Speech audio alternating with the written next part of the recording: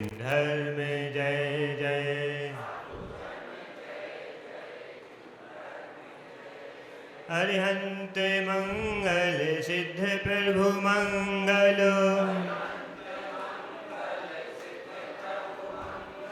साधु जन मंगल जिन धर्म मंगलो। समोसर में उपदेश दाता अरहंत प्रभु की जय जय जय। सिद्धालय में रहने वाले सिद्ध प्रभु की जय जय जय। मोक्ष मार्ग पर चलने वाले सर्व साधु की जय जय जय। सभी जीवों को आनंदकारी जैन धर्म की जय जय जय।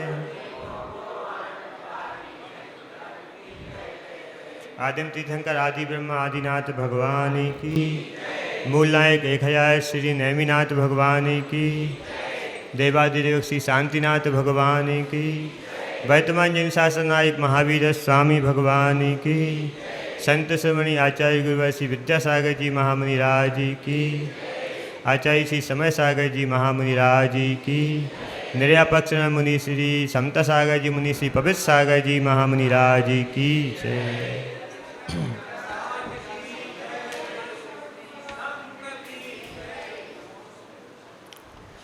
साधना दो प्रकार की होती है।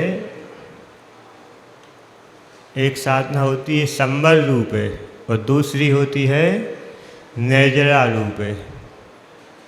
पहली कौन सी?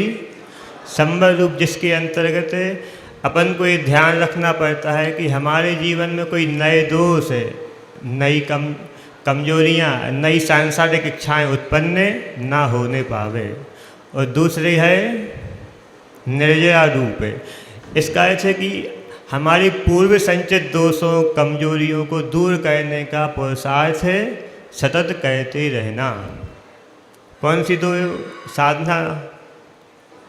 एक संबल रूप है जिसके अंतर्गत इतने अपने जीवन को इतना अनुशासित बनाना, संयमित बनाना कि नए दोष, नई कमजोरियां, नए दुर्गुण, नई सांसारिक इच्छाएं अपने जीवन में ना आने पावे। और दूसरी है निर्जरा रूप है, यानी पूर्व संचित दोष है, पूर्व संचित संस्कारों को, दुर्गुणों को क्रमशः दूर करने का, उनको निर्मूल नष्ट करने का पुरुषार्थ है करना। साधक को जो अपने आत्मकल्याण के प्रति सजग है, अपने प्रति ईमानदार है, उसको दोनों प्रकार की साधनाएं करते रहना चाहिए। सतत आत्मनिरीक्षण करते रहना चाहिए कि हमारे जीवन में कोई नए दोष, नई सांसारिक इच्छाएं तो उत्पन्न नहीं हो रही हैं, और अपनी विशुद्धि को इतना बढ़ाते रहना चाहिए कि पूर्व संचित दोष दूर होते रहें। इसके लिए स्वाध्याय जरूरी है। 16 कारण भावनाएं अपन लोग पढ़ते हैं कि निस्दिन ज्ञानाभ्यास करे मन माही। आगे क्या है?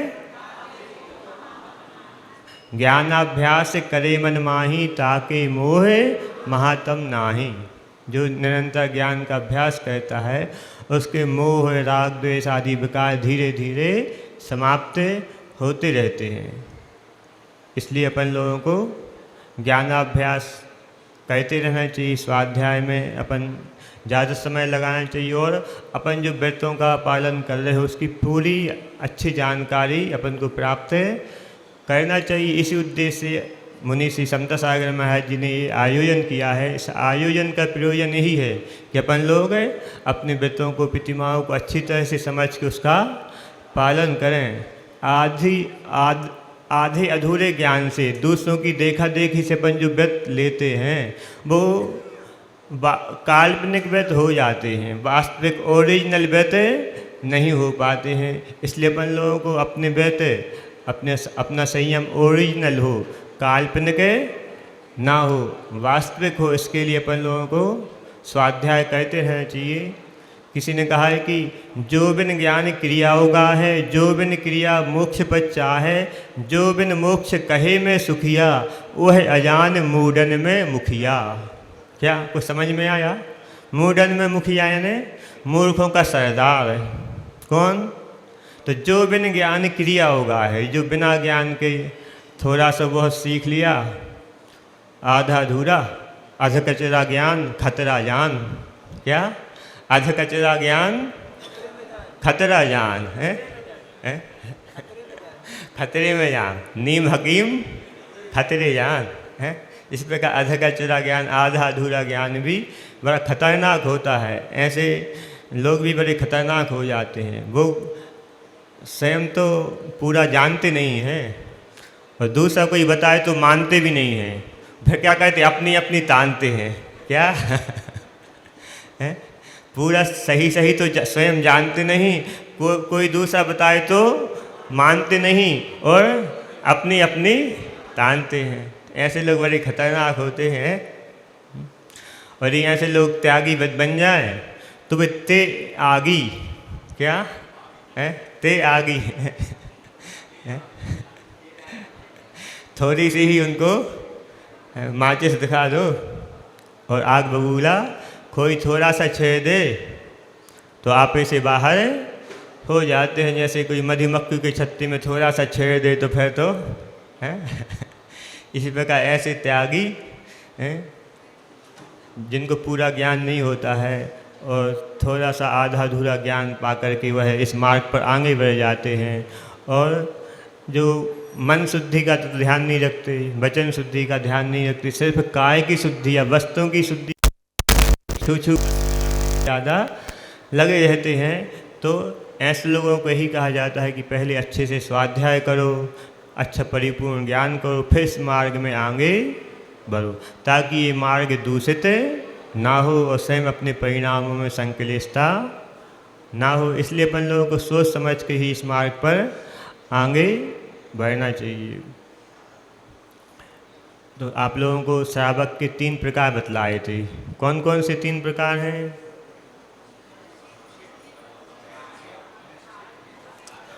पाक्षिक श्रावक है, नैष्ठिक श्रावक है और तीसरा साधक श्रावक।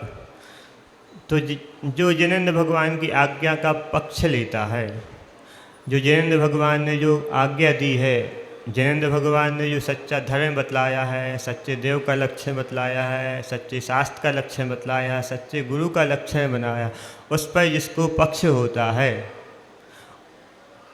यही सही है, यही मेरे लिए सुखकारी है, यही मेरे लिए मोक्ष मार्ग में सहयोगी है, इस प्रकार जिसका पक्ष होता है उसको पाक्षिक श्रावक कहते हैं। दूसरा नैष्ठिक श्रावक, जिनेंद्र भगवान की आस्था पर या अपने व्रतों में जिसको निष्ठा होती है उसको नैष्ठिक श्रावक कहते हैं। यह श्रावक अपने वैराग्य के अनुसार क्रमशः पहली प्रतिमा से लेकर के 11वीं प्रतिमाओं का पालन करता है और प्रतिमाओं का पालन करते हुए वह मुनिवृत्त धारण करने की भावना भाता है कि वह दिन कब आए।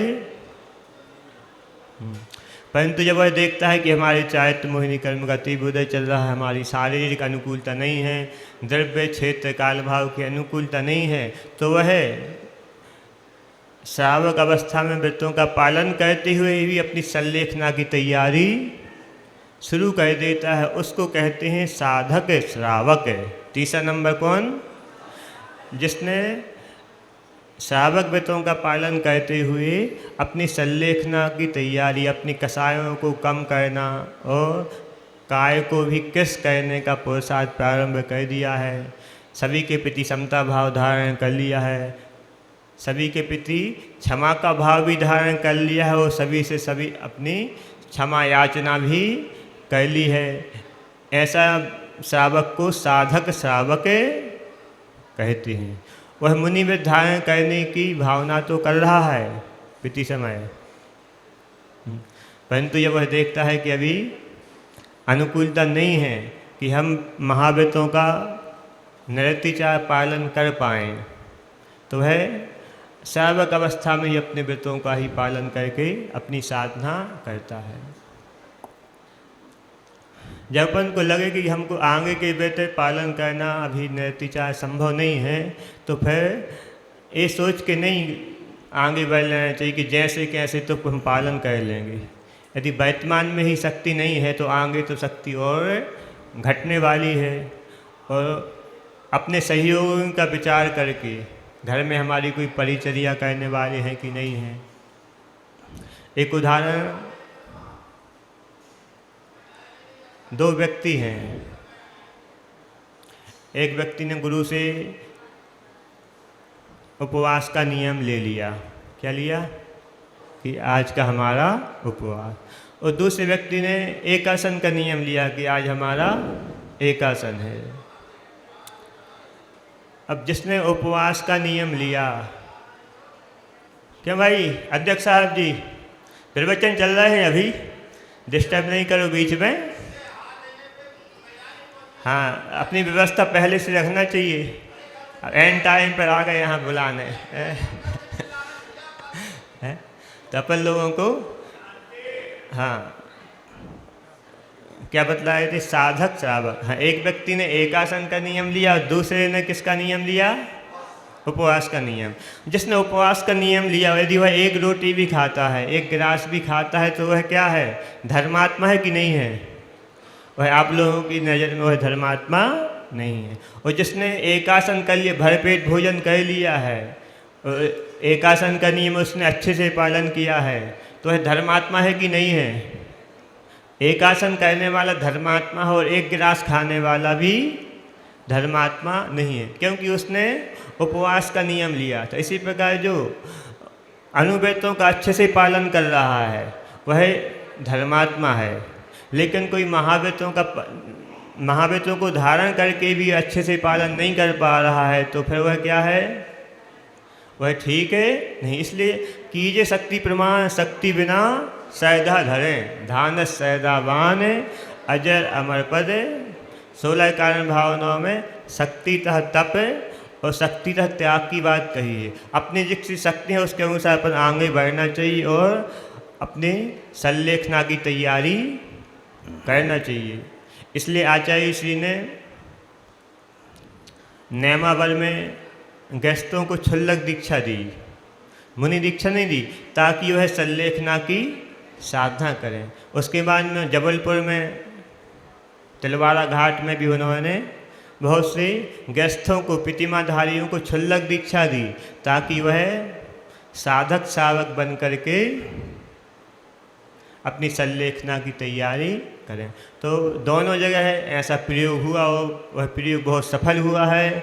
बहुत से साधकों की वहाँ अच्छी सी समाधि की तैयारी चल रही है और बहुत से साधकों की अच्छे से विधि पूर्वक अच्छे से समाधि मरण भी हो गया है। तो आप लोग चाहो तो आप लोग भी आचार्य ने जो प्रयोग किया है, और महिलाओं के लिए भी ऐसा ही प्रयोग किया है कि महिलाएं जिनके घर में अनुकूलता नहीं है समाधि की, संलेखना की, तो वो भी गृह त्याग करके 10वीं प्रतिमा धारण करके आर्यिकाओं के निर्देशन में ललितपुर में, सागर में और तीसरा बंडा में और आरोन में भी चल रहा है। बंडा में भी चल रहा है, सागर में और आरोन में। 3 जगह महिलाओं के लिए भी साधी का आश्रम आचार्य श्री ने खुलवाए हैं, ताकि व्रती महिलाएं भी अपने व्रतों का अच्छे से पालन करके घर की आकुलता से रहित हो करके अपनी समाधि संलेखना की अच्छे से तैयारी करें। तो आप लोगों के भी ऐसे किसी के भाव हो कि हमारी अच्छे से संलेखना हो, तो आप लोग मुनि श्री से आर्यिका, दलमती, गुरुमती आदि आर्यिकाओं से अपन लोग संपर्क करके आगे बढ़ने का भावना रख सकते हैं। अपन लोग जब 50 वर्ष के हो जाएं तो अपने जीवन में 5 शून्य लगा लेना चाहिए। 50 में 5 और 1 शून्य होता है। तो इस प्रकार जब 50 वर्ष के हो जाएं तो अपने जीवन में 5 शून्य लगा लेना चाहिए। पहला है अंगीकार शून्य, दूसरा है अलंकार शून्य, तीसरा है अधिकार शून्य, चौथा है अंधकार शून्य और 5वां है अहंकार शून्य। कौन कौन से हो गए? सबसे पहला कौन सा है? अंगीकार शून्य। अब 50 वर्ष के हो गए, तो अब जीवन कितना बचा कोई भरोसा नहीं है। ज़्यादा से ज़्यादा 60 वर्ष, 70 वर्ष, 80 वर्ष, तो आजकल 80 वर्ष तक पहुंच पाना बहुत मुश्किल हो गया है। इसलिए जब जीवन की शाम आ गई है, जैसे दुकानदार होते हैं ना, और शाम होते होते रात होने के पहले अपनी दुकान समेटना प्रारंभ कर देते हैं। आजकल की बात अलग है कि आज तो रात में बहुत देर देर तक दुकानें खुली रहती। पहले क्या होता था, रात होने के पहले ही दुकानें पूरी, मार्केट पूरा बंद हो जाता था। तो शाम होते होते व्यापारी क्या कहते थे, अपनी दुकान को समेटना प्रारंभ कर देते थे। इसी प्रकार अपनी भी जीवन की शाम आ गई है, 50 वर्ष की हो गई, यानी कि समझ लो अब क्या हो गया, जीवन की शाम हो गई है। इसलिए अपन को अपना जो अपन ने बहुत व्यापार, मकान, दुकान बहुत फैला रखी है, उनको धीरे धीरे समेटने का प्रयास है, क्योंकि जंजाल लंबा है और जिंदगी थोड़ी है। क्या जंजाल लंबा है और जिंदगी थोड़ी है। इसलिए क्या कहना, जंजाल को कम करना है तो अपनी ज़िंदगी, बाकी की शेष ज़िंदगी धर्म ध्यान पूर्वक अच्छे से व्यतीत हो सकती है। इसलिए 50 वर्ष के हो जाओ तो फिर ज़्यादा नई नई चीज़ें अंगीकार नहीं करना, ज़्यादा मकान, दुकान, ज़्यादा गहने, ज़्यादा कपड़े, और मंदिर में भी कोई चीज़ मिलती है सम्मान के रूप में, हाँ, अब जिनको उपयोग भी नहीं है वो भी लेते, हमें भी चाहिए, और स्वयं को तो चाहिए, हमारी पत्नी को भी चाहिए, हमारे बेटों को भी चाहिए, नाती पोतों को भी चाहिए। तो मंदिर में यदि कोई चीज़ बचती है तो व्यवस्था, उसकी व्यवस्था का ध्यान रखना चाहिए कि दूसरों के काम में आ जाए।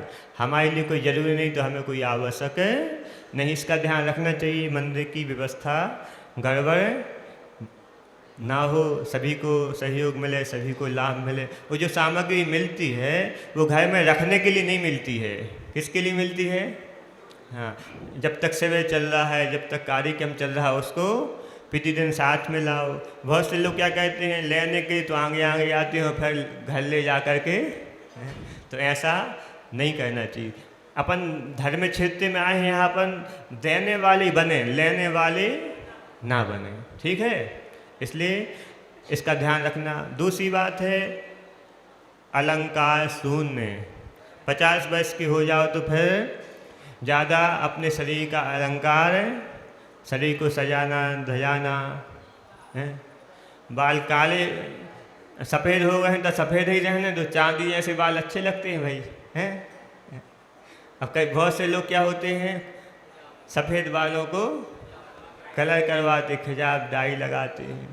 पहले तो शास्त्रों में आता है कि राजा महाराजा एक बाल भी उनको यदि सफ़ेद दिख जाता था तो वह घरवाला दीक्षा, राज्य को छोड़ करके दीक्षा ग्रहण कर लेते थे। अपन को तो बैराग नहीं हो रहा बल्कि और राग बढ़ रहा है। तो क्या कहना, 50 वर्ष के हो जाओ तो ज़्यादा चटक मटक, महिलाएं भी कम नहीं रहती हैं, नई नई साड़ी पहनना, नई नई फैशन, और ब्यूटी पार्लर जाना। पहले एक भजन चलता था, तीरथ करने चली सखी निज पति का कष्ट मिटाने को। अब उसमें थोड़ा परिवर्तन करो तो ब्यूटी पार्लर चली सखी निज पति का कष्ट बढ़ाने को।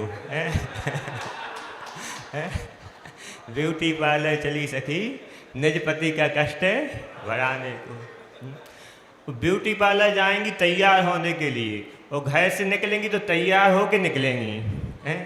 मंदिर के लिए तो 5 मिनट के लिए आएंगी, और मंदिर आने के लिए तैयारी के लिए, हैं। जब 50 वर्ष के हो जाओ तो अपन को ब्यूटी पार्लर जाना, मेकअप करना, ज़्यादा श्रृंगार करने, इसका त्याग कर देना चाहिए। एक सेठ ही थे, अब उनकी सेठानी की भी ऐसी ही आदत थी, हैं। मेकअप करना, ब्यूटी पार्लर जाना, वह सजना संवरना, उनको बहुत शौक़ था।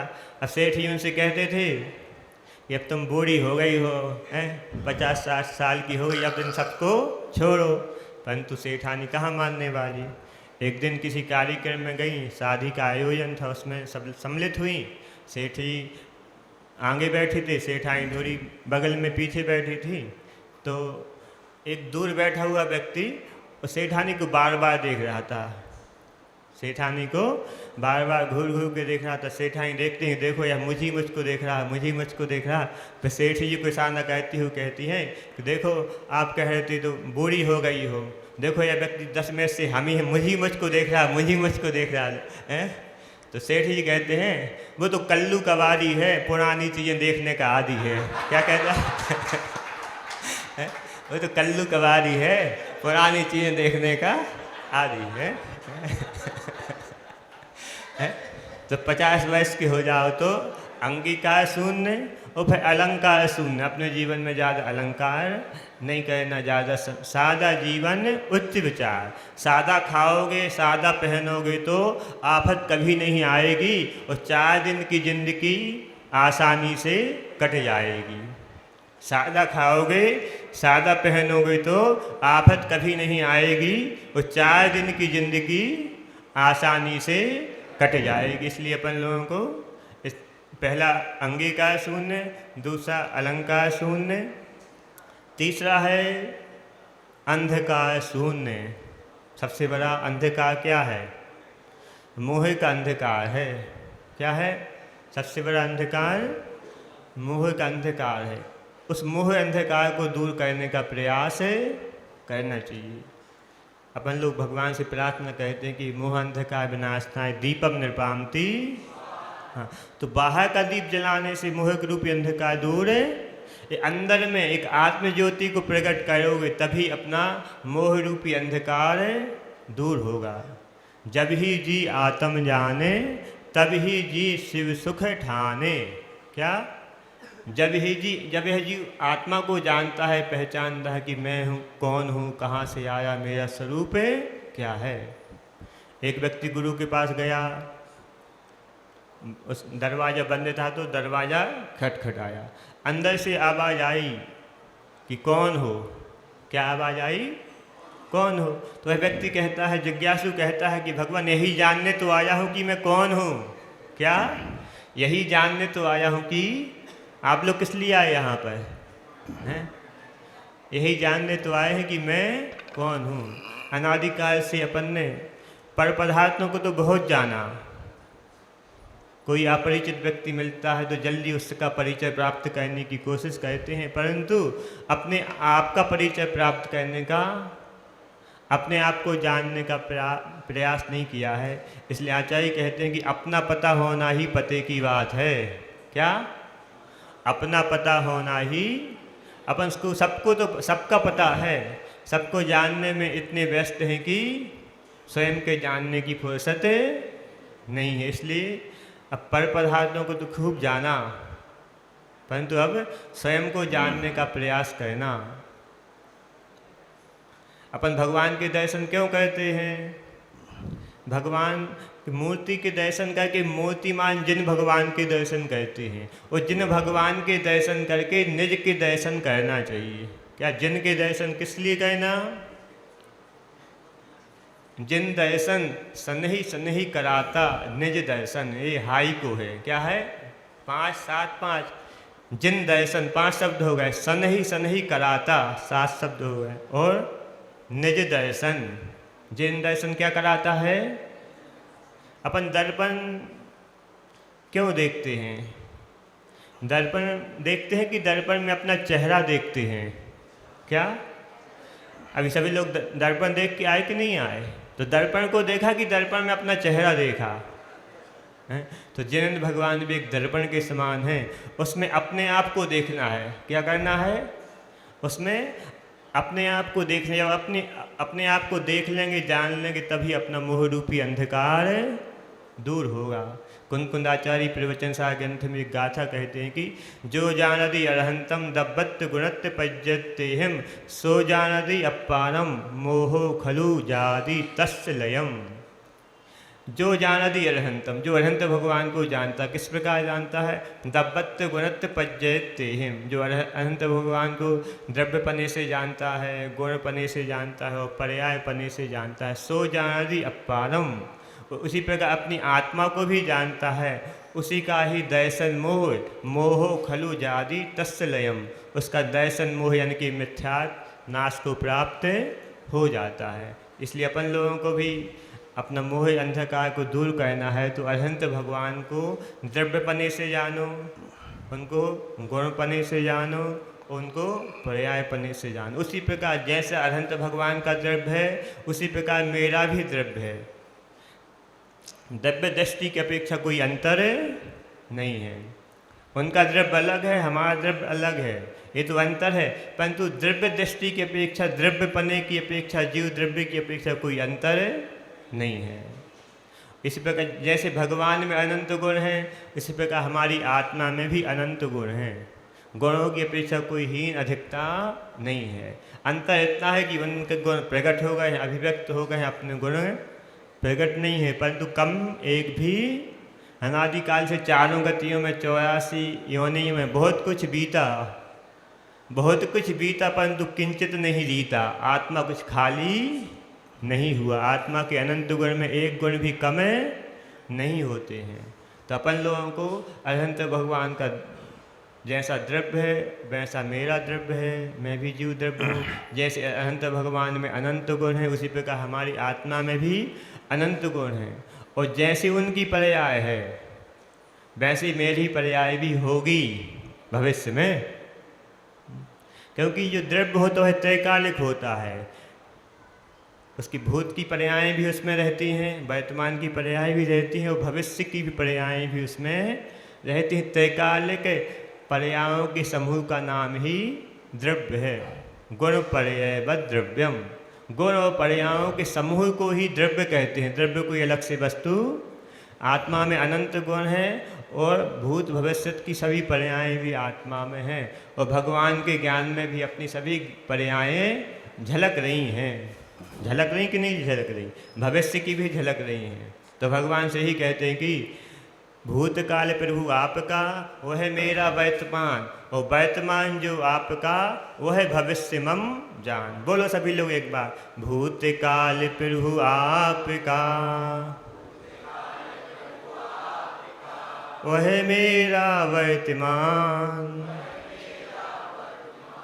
वर्तमान जो आपका वह भविष्य मम जान। भूतकाल में भगवान कैसे थे?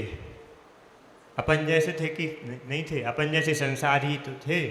भूतकाल प्रभु आपका वह मेरा वर्तमान, और वर्तमान जो आपका, आपकी जो शुद्ध पर्याय है वही भविष्य मम जान, वही मेरी भी भविष्य में पर्याय होने वाली। तो पर्याय की अपेक्षा भी देखा जाए तो भगवान अपन में कोई अंतर नहीं है।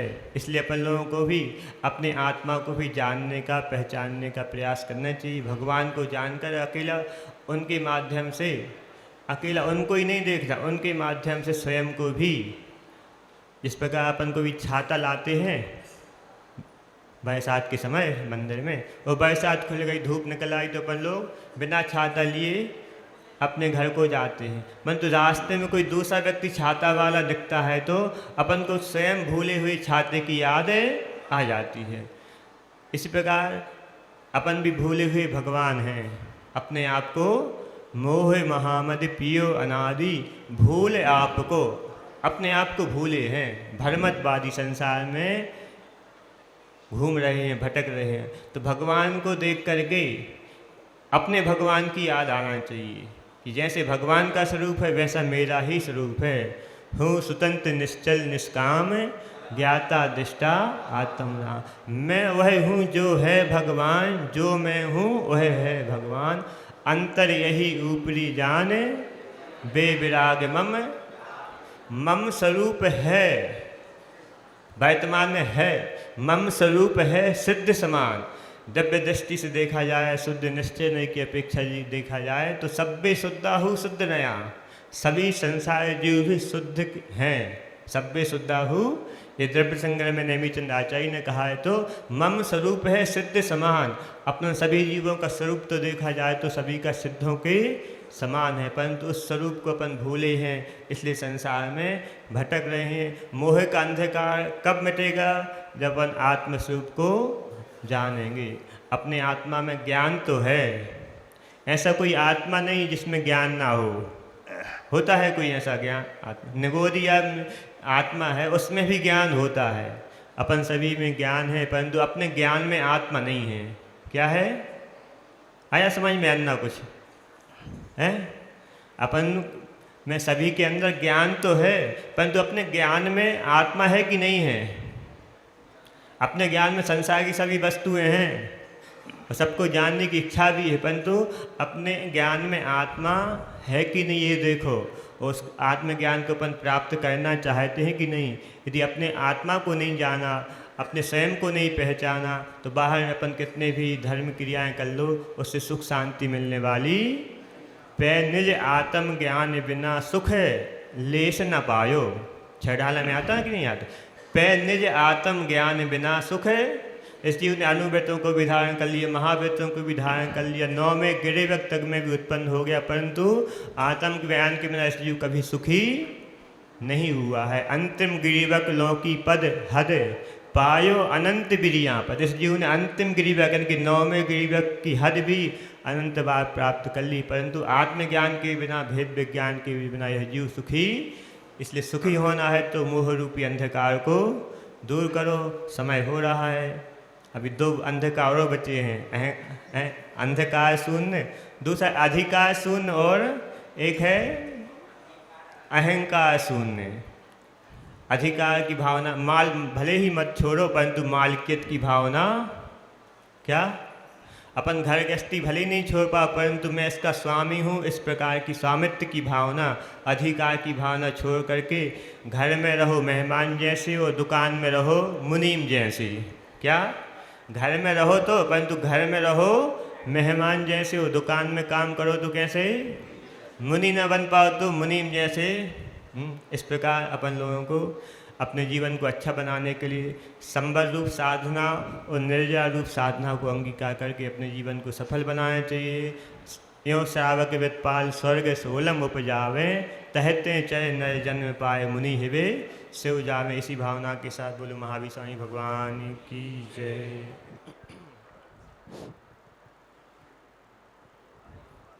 अब हम परम पूज्य निर्यापक श्रमण श्री समता सागर जी महाराज